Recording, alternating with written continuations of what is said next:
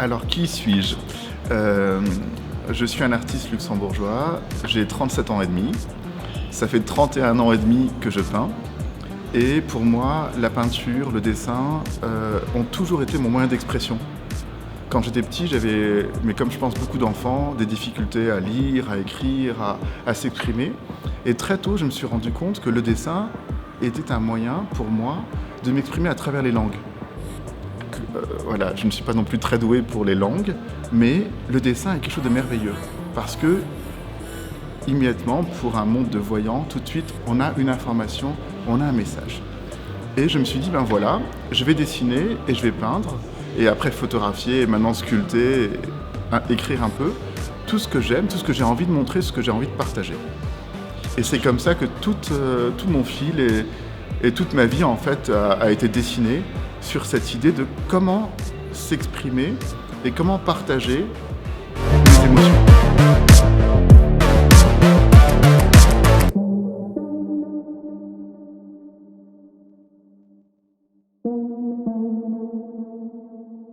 Waouh!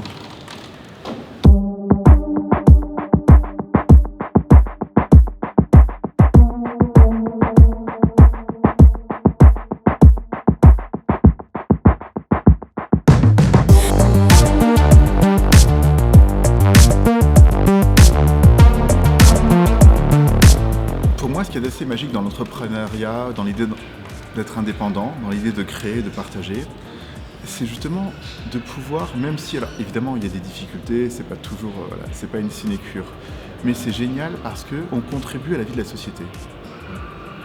Et chacun à son niveau peut contribuer avec différentes échelles d'entrepreneuriat. Mais pour moi, l'entrepreneuriat, c'est vraiment la force de la société. Sans entrepreneur, la société n'existe pas.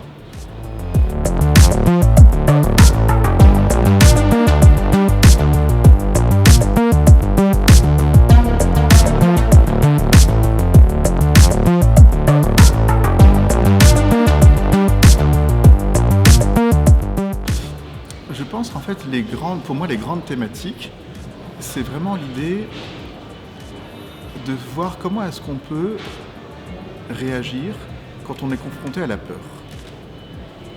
Parce que c'est toujours une question qui est très intéressante.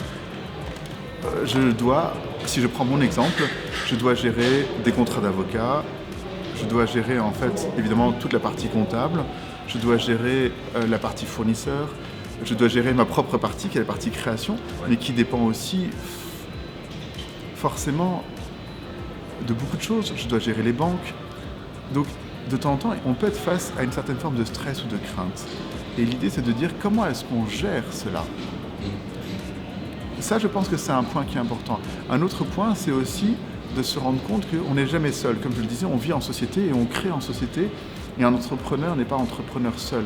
C'est de voir aussi comment est-ce qu'on peut gérer cela. Comment est-ce qu'on gère le fait de travailler en groupe. Comment est-ce qu'on gère en fait le networking. Comment est-ce qu'on gère toutes ces relations.